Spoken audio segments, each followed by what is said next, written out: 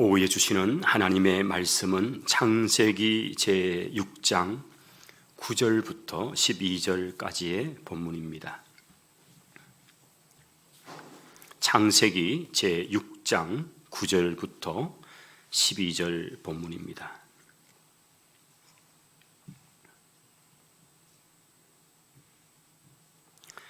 말씀을 같이 읽도록 하겠습니다. 이것이 노아의 족보니라. 노아는 의인이요 당대의 완전한 자라.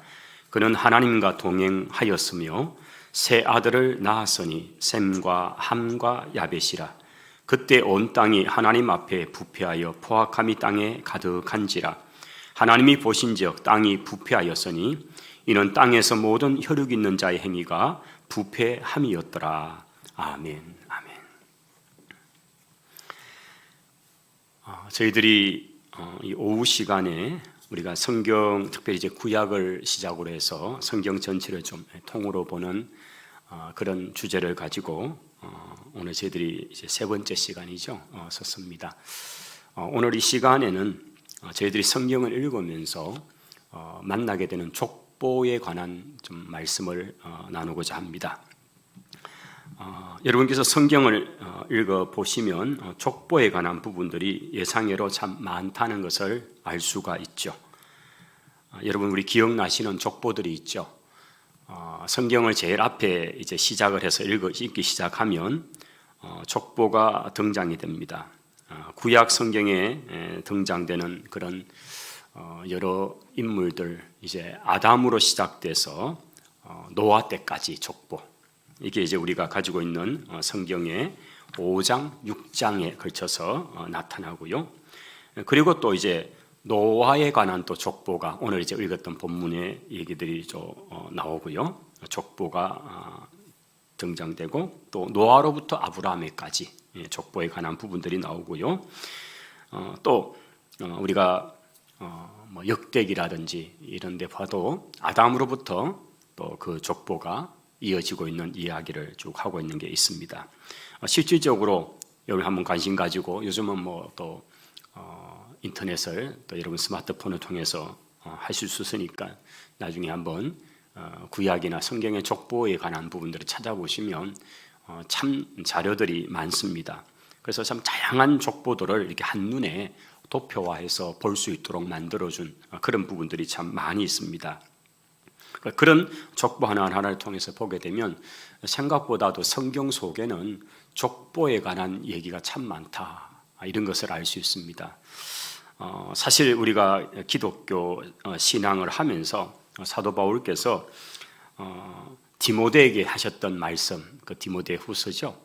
전서 후서에 나왔던 내기 중에 족보에 그렇게 집착하지 말아라, 이런 이제 얘기를 하셨기 때문에 사실은 저도 족보에 대한 얘기 그거 좋아하지 않습니다. 그런데 성경을 보니까 족보 얘기가 너무 많은 겁니다. 족보. 사실 우리가 족보라는 이제 우리 성경에는 계보라는 단어로 쓰기도 하고요. 아브라함과 다윗의 계보다. 사실 계보라는 이 단어가 족보라는 얘기와 같이 쓸 수 있는 말이죠. 그래서 이제 우리 지금 제가 펴놓은 창세기 6장 여기도 9절 위에 보면 친절하게 안내해 놓은 게 노아의 족보다, 이렇게 이제 하나의 타이틀에 붙여 놨잖아요. 그 족보 얘기가 참 생각보다 많다는 겁니다.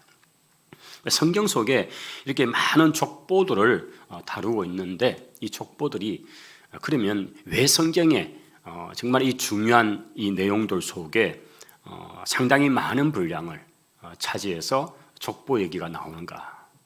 우리가 성경 읽을 때마다 족보가 나오면 그것도 짧은 족보가 아니고 세상에 너무 많은 족보 얘기가 이렇게 담겨 있으면 참 읽기가 이렇게, 그죠? 읽어도 아는 사람도 없고 우리 집안도 없고 이런데, 그런데 그 족보 얘기를 쭉 읽어야 되니까요. 그래서 그 족보를 또 이렇게 빨리 넘어가기도 하고 이렇게 되기도 하죠. 그런데 성경이 왜 그 중요한 얘기를 창세기에도 그렇고 또 우리가 이제 뒤에 가보면 이 족보 얘기를 여러 군데에서 참 많이 합니다. 또 열왕기에 가면 어떻습니까? 얼마나 왕의 족보 얘기가 또 계속 나오는지요. 왕에 관계된 이야기. 지금 우리 이 창세기 안에만 해도요, 이렇게 살펴보면 노아의 족보에 이어서 이제 그 세 아들 야벳, 함, 셈 순서로 해서 족보가 또 이제 나오는 것을 10장에 가면 볼 수가 있습니다. 여러분 그 성경 지금 펼쳤을 텐데 한 10장에 한번 가보십시다. 그러면 10장에는 노아의 아들 셈과 함과 야벳의 족보는 이러하니라 이렇게 하면서 10장 1절이 시작이 되고 그러면서 이제 그 셈과 함과 야벳의 아들의 순서를 이제 족보를 처리하면서 먼저 야벳을 먼저 얘기를 꺼내죠. 2절부터 5절에 야벳의 아들들은 고멜, 마곡 이렇게 쭉 나옵니다. 그리고 이제 6절에 가면 지금 창세기 10장입니다. 이제 둘째 아들에는 함의 이야기가 또 나오고 함의 족보는 이러하다 하면서 함의 아들 4명 얘기하면서 그 가운데 이제 가나안까지 구스, 미스라임, 그 다음에 붓, 가나안 이렇게 이제 하면서 그들이 어떤 민족의 조상이 되는가 얘기가 쭉 나옵니다. 그러다가 15절에 가면 넷째 아들인 함의 넷째 아들인 가나안의 족보 얘기를 또 끄집어냅니다. 근데 이거는 굉장히 의도와 또 목적을 가지고 지금 족보를 써내려가고 있는 거죠.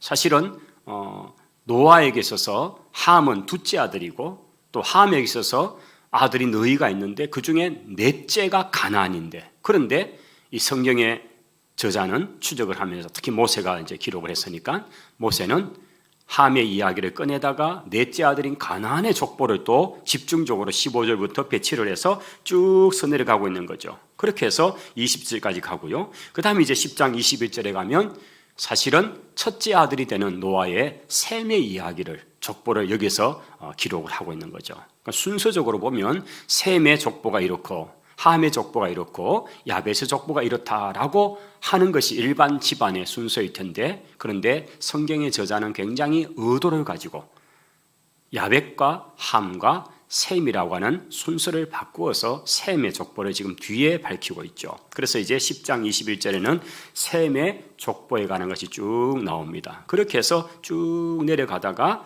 이제 32절 10장의 마지막에 가면 이들은 그 백성의 족보에 따르면 노아 자손의 후손들이요 홍수 이후에 그들에게서 그 땅의 백성들이 나누어졌더라 이 얘기를 쭉 이제 전개를 합니다. 자, 그러면서 11장에 넘어가면 이제 10절에 다시 앞에서 했던 셈의 족보를 다시 이제 더 구체적으로 또 기록을 또 합니다.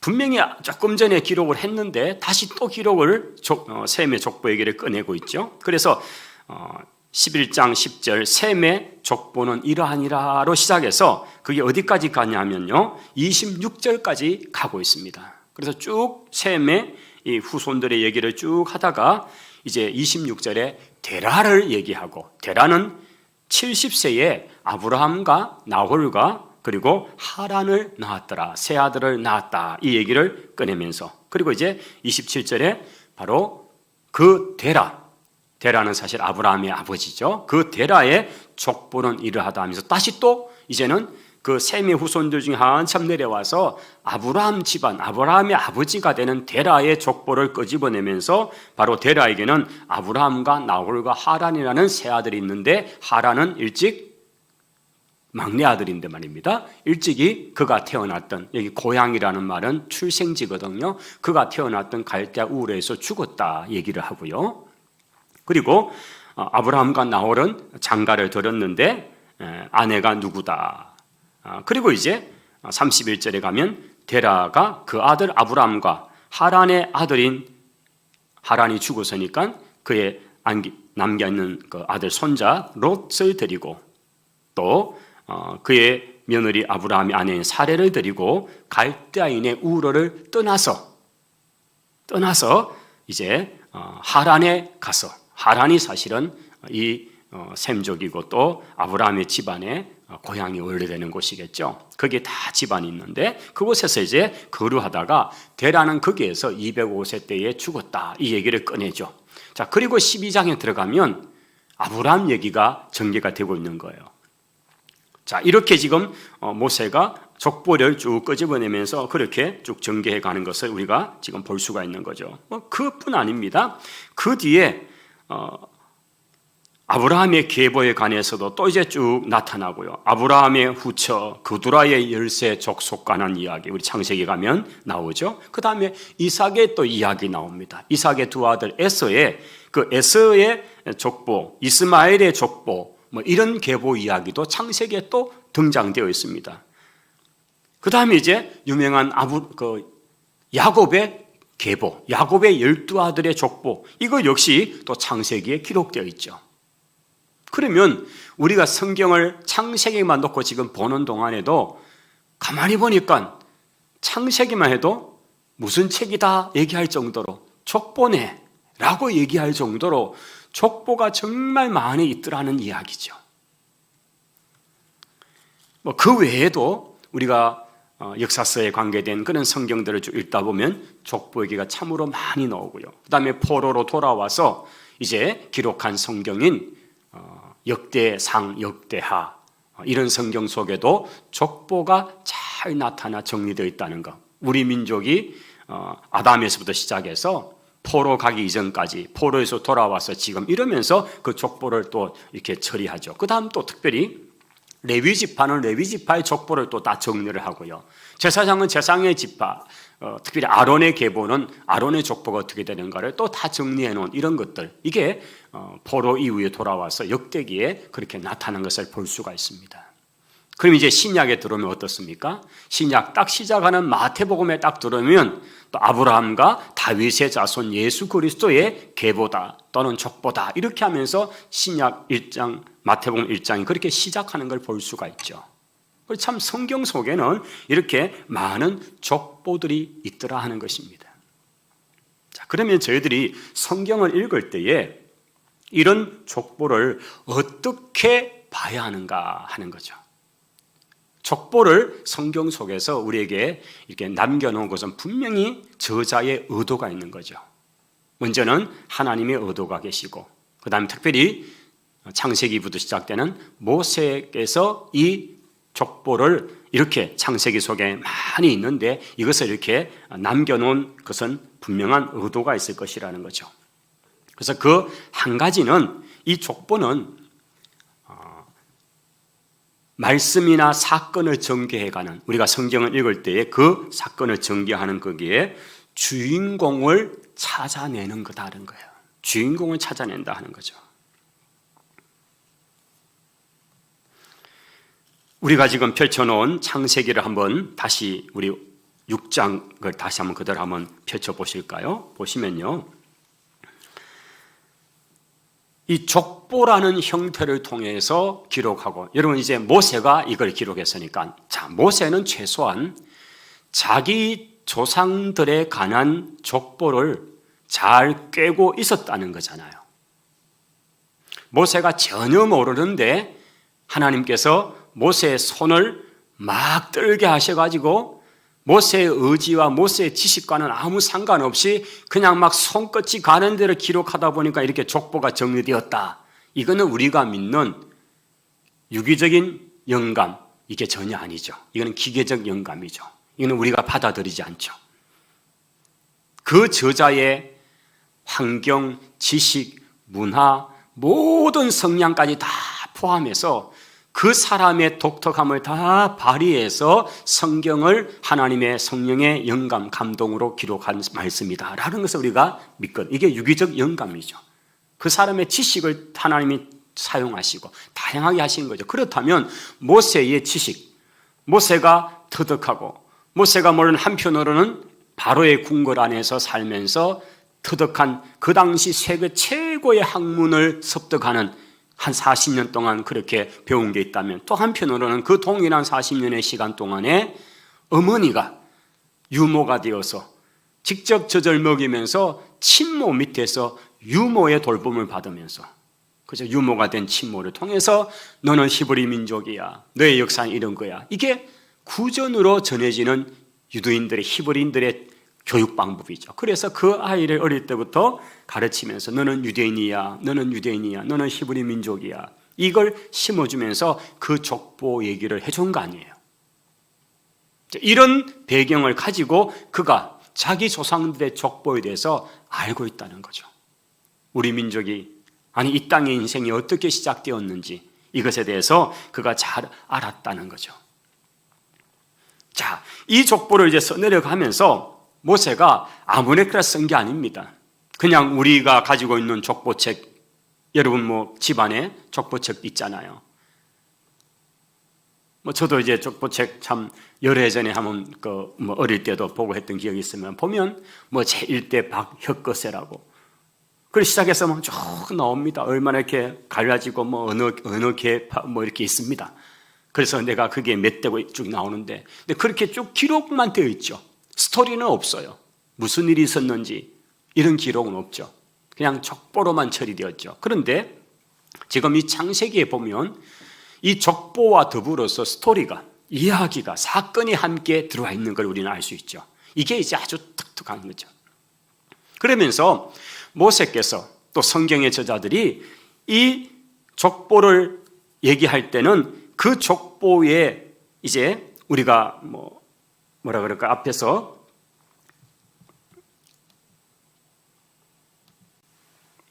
이 그림을 한번 봐야 되겠는데요. 보면 자, 족보에 등장되는 인물 하나하나가 이제 이렇게 이어진다는 말이에요. 연결이 된단 말이죠. 자, 낳고 또 누가 누구를 낳고 누가 누구를 낳고 이렇게 이제 이어지는 이 성경을 쭉 기록해 갈 때 이것은 허상의 인물을 가공적으로 인물을 또 무슨 소설이나 드라마를 쓰듯이 그냥 한 인물의 이름을 이렇게 써서 만들어 놓은 게 아니다는 얘기예요. 그것은 그 사람이 실존했던 존재. 여러분, 우리가 족보를 읽을 때에 여러분 뼈대 있는 집안 족보를 이렇게 쭉 정리해 놓았을 때 그 족보는 없는 사람 그냥 끼워 넣은 걸까요? 아니에요. 족보책에 보다 보면 어쩌다가 물음표가 있기도 하고요. 뭐 그런 경우는 있어요. 그러나 대부분 그런 건 없어요. 출가를 했으면 출가한 사람으로까지 표시도 된 게 있어요. 정도. 그러면 거기 족보에 나오고 있는 그 존재는 저는 뭐 3대, 4대 위에는 본 적도 없어요. 그런데 그분들은 실존했다, 실존하지 않았다. 실존한 거죠. 사실적인 얘기죠. 단지 내가 만나지 못했을 뿐이고 내가 뵙지 못한 것뿐이지 그 족보를 통해서 이름들이 남겨서 수백 년 동안 쭉 그 이름들이 옮겨진 것은 그 존재가 실존했다는 얘기잖아요. 그래서 학자들은 성경의 족보라는 것, 그 족보용법이라는 것은 바로 역사를 가장 함축적으로 표현하는 방법이다라는 거예요. 저는 이 말에 정말 그렇다. 저는 한 번도 뵌 적이 없는 저희 박가 집안의 시조라는 그분부터 시작해서 쭉 내려오면서 많은 분들이 지나가는데 그분 한 분 한 분의 스토리는 몰라요. 어떤 삶을 살았는지를 전혀 몰라요. 그런데 그분들이 실존했기 때문에 결국 내가 있는 거잖아요. 바로 이게 역사를 가장 함축화시키는 방법이 족보를 통해서 말하고 있는 거라는 거죠. 오늘 성경이 우리에게 왜 족보를 이렇게 얘기하고 있는가? 이것은 무슨 지어내거나 창작해내거나 한 그런 이야기가 아니고 이거는 사실이다는 얘기를 하고 있는 거예요. 역사적 사실이다. 그저 우리가 이 땅에 사는, 이 한반도에 사는 우리의 성씨, 김씨, 이씨, 최씨, 박씨 등등 이런 우리의 성씨가 없어서 성경이 좀 우리에게 멀어 있는 것 같지만은 그러나 최소한 히브리 민족에게는 자기들의 역사를 그대로 잘 함축해서 내려오고 있는 역사라는 거죠. 나무 집안의 사람이 너희 이거 거짓말 하지 마라. 이렇게 너희 족보가 이게 그거냐고 순 가짜 아니냐 이렇게 말한다면 그 사람이 정말 무식하거나 아니면 정말 무례하거나 그런 거죠. 나무 집안이 그것도 대대로 내려오는 가보 같은 그 족보를 자기가 뭘 안다고 이게 옳으니 저러니 하면 말이 안 되잖아요. 여러분, 최소한 성경이 히브리 민족의 역사를 담고 있는 바로 족보 얘기를 하고 있을 때는 이거는 가공된 소설이 아니고 최소한 그 민족의 오랜 역사, 몇천 년 동안 내려온 역사를 정리해 놓은 것이라면 그거에 대해서 존중할 수 있어야 되는 거예요. 그게 역사에 대하는 자세죠. 여러분, 우리 민족은 세계에서 딱 두 민족, 가장 탁월한 두 민족, 뭐에 관한 두 민족이냐? 기록을 남기는데 목숨을 거는 두 민족 중에 바로 우리 민족이 있습니다. 여러분, 우리 민족이 남겨놓은 기록 유산물 여러분 아시죠? 조선 왕조실록. 여러분, 우리 민족은요 정말 세상에 이런 거 없습니다. 영국도 오랜 역사, 영국은 왕정 이런 게 굉장히 오래됐잖아요.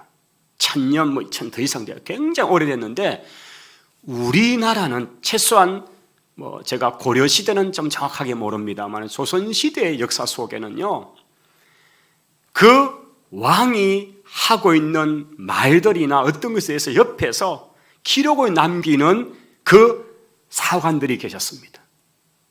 그래서 자기 왕은 자기 당대에 절대로 그 기록을 바꿀 수가 없습니다. 이게 왕실에 내려온 정확한 전통인데 그중에 가끔 좀 죄송한 표현이 또라이 같은 왕은 그걸 어떻게 없애보려고 하지만은요, 그러나 신하들은 목숨을 걸고 자기 왕대에 했던 그게 옳은 판단도 되고 나쁜 판단도 될 수 있잖아요. 그걸 고쳐낼 수 없도록 그거는 목숨을 걸고 기록을 남겨놓는, 이게 궁정실록이고 일기 같은 거고 이런 얘기예요. 그걸 앉아서 계속 교대로 그걸 기록에 남겨놓은 책이 지금 우리에게 있잖아요.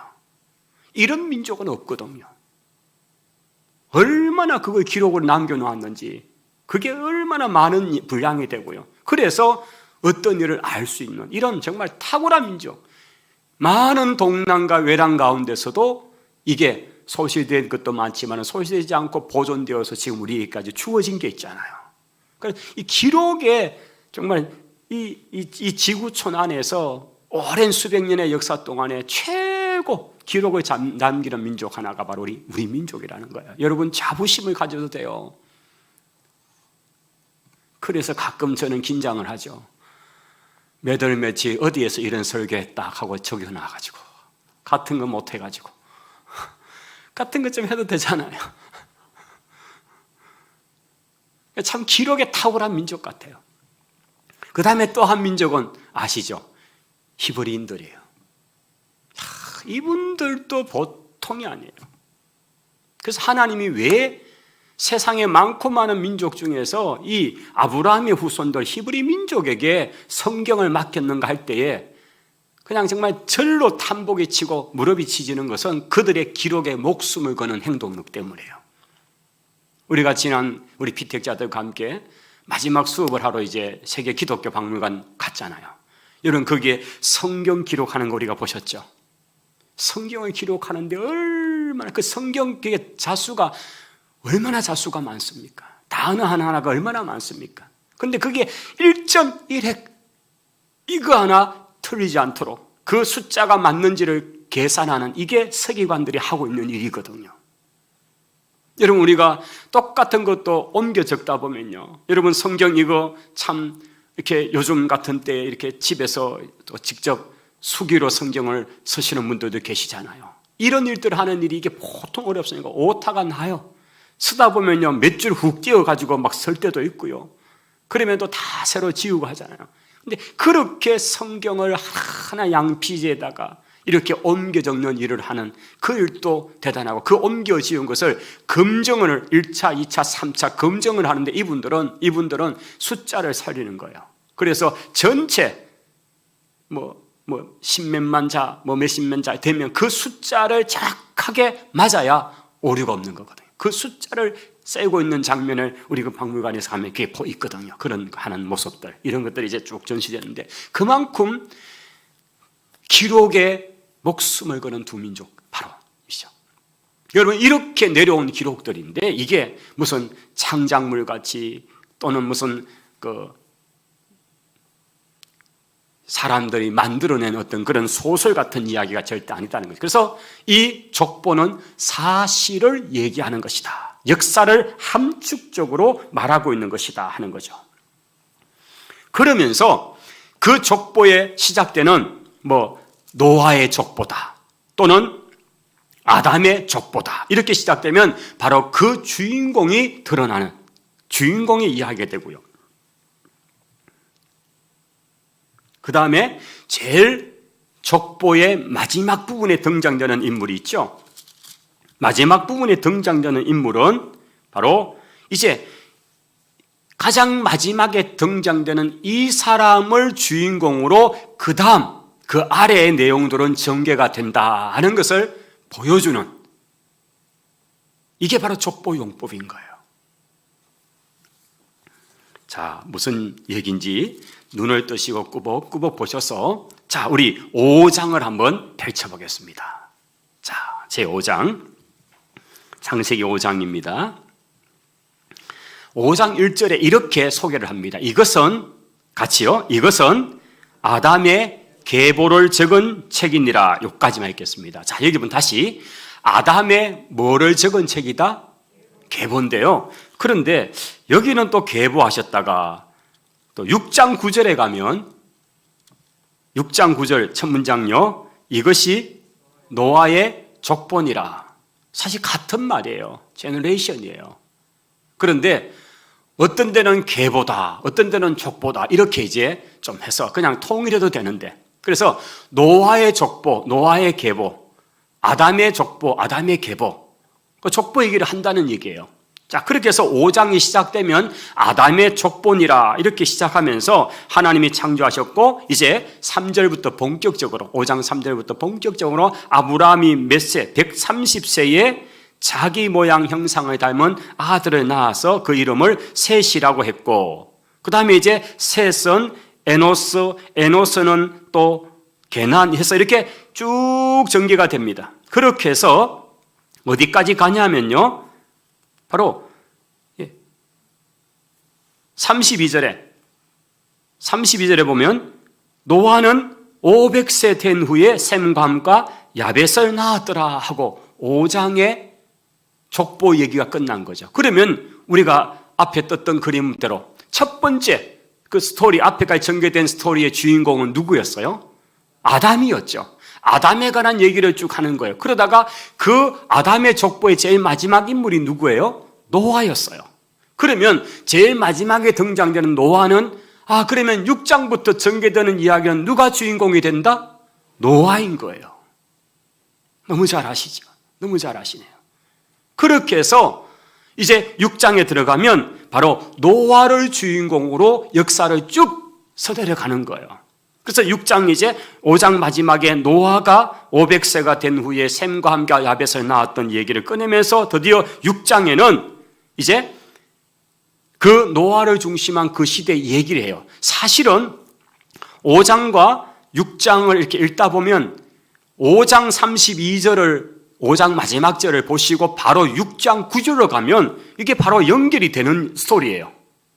자, 노아는 500세가 된 후에 셈과 함과 야벳을 낳았더라. 6장 9절 이것이 이제 노아의 족보가 되는데 노아는 어떠한 사람 이렇게 쭉 연결하면 돼요. 그런데 6장 1절로 8절까지 뭔가 안에 스토리를 연 거예요. 이것은 바로 노아의 주인공 얘기를 할 때의 그 상황이 어땠던가를 모세는 친절하게 기록을 남겨놓은 거죠. 그렇게 이제 전개가 돼요. 자, 그리고 이제 노아 족보 얘기가 이제 이렇게 또 간단하게 처리했습니다만 그렇게 하고요. 그 다음에 더 내려가 보면 어디로 가냐면요. 10장으로 가는 거죠. 10장으로 한번 넘어가 보십시다.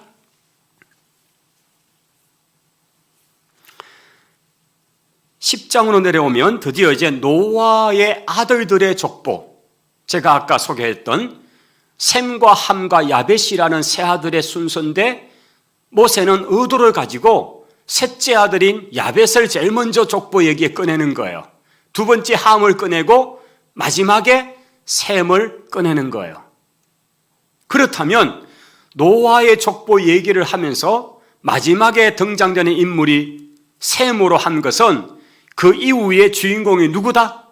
셈이라는 얘기를 하는 거죠. 그래서 노아, 모세는 의도를 가지고 셈의 순서를 첫째 아들인데도 불구하고 마지막에 소개를 하면서 그 다음 스토리를 셈에 관한 이야기로, 셈에 관한 이야기로 쭉 이제 전개를 하고자 그렇게 처리를 하고 있다는 거죠. 여러분, 족보용법 좀 이해가 되시죠? 우리가 성경을 읽을 때마다 이런 관점을 가지고 보면 지금 어떻게 전개되는가, 이게 이제 좀 이해가 되죠.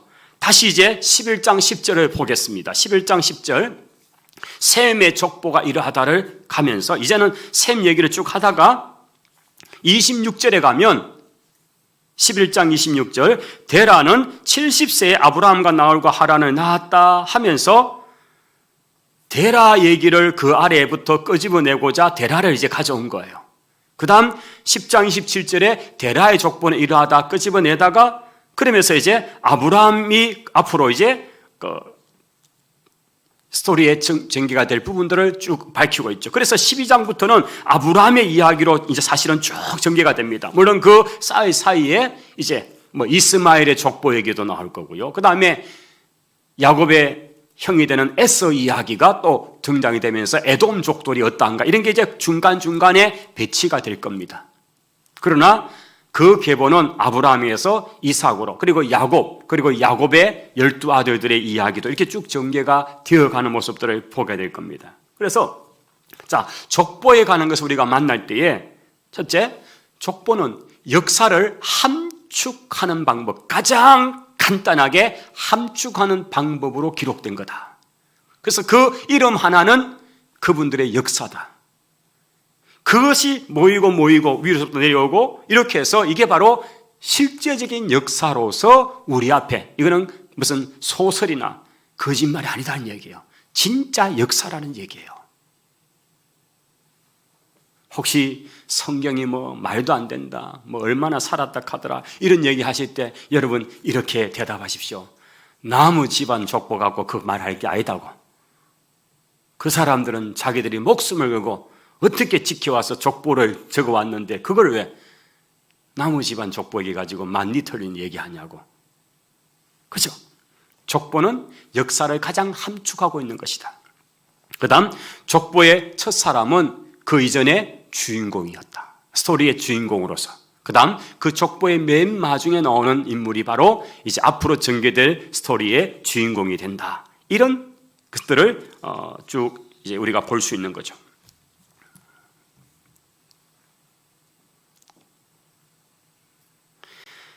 그래서 우리가 성경 속에 나오는 다양한 족보들을 볼 때에 최소한 우리 마음속에 비록 참 발음도 힘들고 또 읽어내려가기에 너무 그냥 낳고지만은 그러나 이것을 볼 때마다 이렇게 족보가 여러 곳에서 다양한 저자들에 의해서 기록되어서 이렇게 우리 옆에 성경이 펼쳐져 있는 것을 보면 그렇습니다. 이것은 하나님이 하신 역사입니다. 이스라엘의 실제적인 사실의 역사입니다. 이것을 우리가 인정하면서 우리가 성경의 권위에 대해서 우리가 정말로 인정하면서 그렇게 그런 마음으로 족보를 우리가 읽을 수 있다면 그것도 우리가 성경을 읽는데 분명히 도움이 될 것입니다. 오늘 저는 여러 성경에 이렇게 대하는 것 중에서 족보라고 하는 부분, 사실 성경 읽을 때마다 시험이 될 수 있는 부분이잖아. 이거 읽을까 말까. 아이고 왜 이렇게 많아. 이렇게 얘기할 수 있는 이런 부분들. 그러나 족보가 우리에게 담겨지고 주어진 그 의미가 무엇인가 하는 것을 좀 이렇게 이 시간을 통해서 말씀을 드렸습니다. 하나님께서 성령의 감동을 통해서 성경의 다양한 저자들을 사용하시면서 족보라는 부분들을 여러 저자들 중에서 이렇게 그걸 기록해 하실 때는 성경의 원저자 되신 성령님의 분명한 의도가 계십니다. 우리가 이것을 인정하면서 우리가 성경을 통해서 하나님의 살아 역사하신 그것들을 참으로 인정하는, 고백하며 또 시인하면서 우리가 성경의 족보들을 대하소서. 우리가 성경 앞으로 읽을 때마다 좀 이런 부분들이 우리에게 좀 도움이 되고 혹시나 충돌이 되지 않는 그런 우리 성도들이 다 되면 좋겠습니다. 연초입니다. 우리가 성경 읽는 일에 부단히 더 힘을 쓰셔서 올 한 해 성경 1독 이상으로 또 다양한 방법으로 성경을 좀 여러분 가까이 하고, 또 우리 주일학교에서는 성경을 이렇게 기록하고 하는 이런 귀한 일들도 필사하는 것들도 하는데, 우리 성도들도 제가 좀 가능하면 우리 전 성도들도 좀 올해 성경 우리 구역별로 가정별로 이렇게 분량을 나누어서 우리 교회가 올해 이 어려운 시기에 성경을 좀 다 이렇게 필사해서 필사된 성경을 한번 이렇게 전시할 수 있는 그런 기회도 만들었으면 좋겠다, 이런 생각이 들어집니다. 아무쪼록 성경 말씀을 가까이 하는 한 해가 되고, 또 말씀을 사랑하는 우리 모든 성도들이 꼭 되시기를 바랍니다. 기도하겠습니다. 하나님 아버지, 감사합니다. 오늘은 성경 속에서 만나는, 가끔은 우리를 당황케 하는 많은 족보들 이야기를 말씀을 통해서, 또 주님의 그 의도를 저희들이 다시 한번 생각하고 또 깨달을 수 있는 귀한 기회 주셔서 감사합니다. 성경은 이것이 가공이나 소설이 아니라 역사요 사실이라는 것을 분명하게 증명하는 것임을 보게 됩니다. 역사를 가장 함축적으로 기록하는 방법이 족보라는 사실을 깨닫습니다. 그리고 족보 속에 등장되는 인물들을 통해서 하나님이 어떻게 역사하시고 또 계시하시고 나타내시는가를 통해서 하나님을 더 잘 알아가는 저희들이 되게 하옵소서. 예수님 이름으로 기도하옵나이다. 아멘. 자, 우리 찬송